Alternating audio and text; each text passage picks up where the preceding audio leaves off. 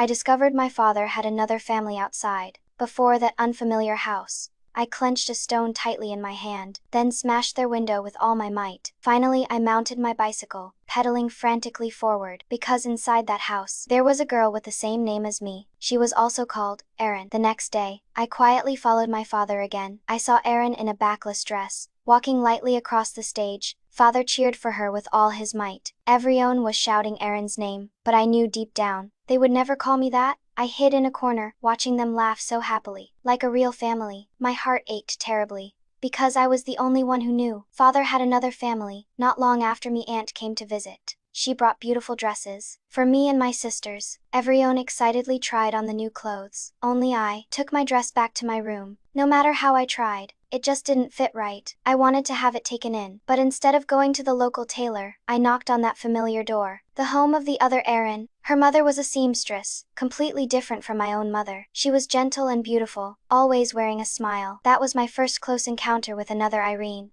I didn't tell her my real name, only that I was Anna. She told me she was going to the movies the next day, and invited me along. I declined. But the next day, I still walked into the cinema. At first, we sat far apart. Later, she motioned for me to sit beside her. We leaned close together, whispered and laughed, watched the movie together. A handsome boy was drawn to her, Saturday next to her. He was captivated by her confidence and boldness. I suddenly realized, whether it was the father in the audience, or that boy, everyone's gaze was fixed on her. I didn't know if it was jealousy or curiosity. After returning home, I asked the cook if she'd ever been in love. She laughed heartily at my question. I also told her I'd kissed a boy, but such things were forbidden in my mother's eyes. I ran to the cliff's edge, and shouted Erin's name aloud. Only the leaves echoed my cry. Later she and I became good friends.